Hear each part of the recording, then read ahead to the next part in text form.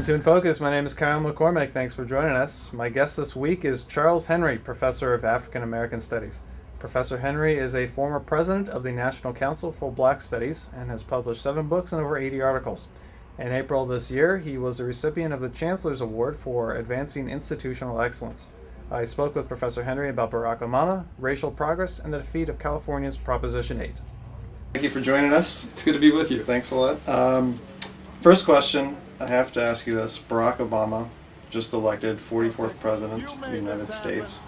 Are you, like so many other students and faculty, experiencing Obama mania right now? I'm experiencing euphoria, yes. And I think more so than students because people my age and older, I'm a baby boomer. Most of us didn't think it was going to happen. Mm-hmm. You know, our experience has been such, and we've been disappointed at various times. I was talking to my class today that when the Brown decision came down from the Supreme Court, Martin Luther King and Ralph Bunche and others predicted that we'd have full integration in America within 10 years.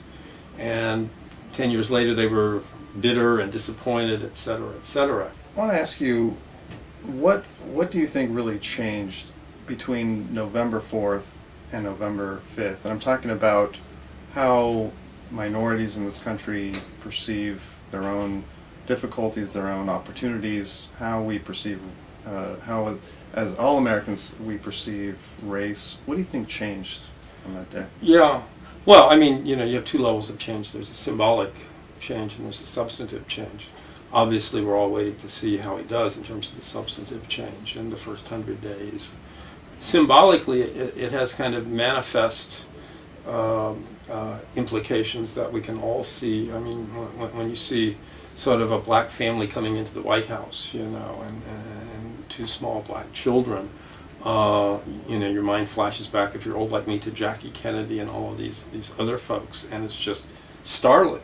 And to have a black first lady, the stereotypes that are confronted, or I talk about Franklin Roosevelt when the NAACP wanted to get a message directly to him. The best access they had was through his valet, and so they asked the valet when he was dressing Roosevelt to mention, you know, this one thing the NAACP was doing. And so when you understand that history, and then to say, you know, these aren't the servants, you know, this is the first family, it's startling, and so that's kind of manifest, and sort of the world has embraced him in many ways. I want to ask you about California now, Proposition 8. Right. When you look at the exit polls by race, most racial groups, you know, whites, Latinos, Asians, were pretty close, 50-50. But African Americans voted overwhelmingly in support of Proposition 8. I mean, how do you make sense of that?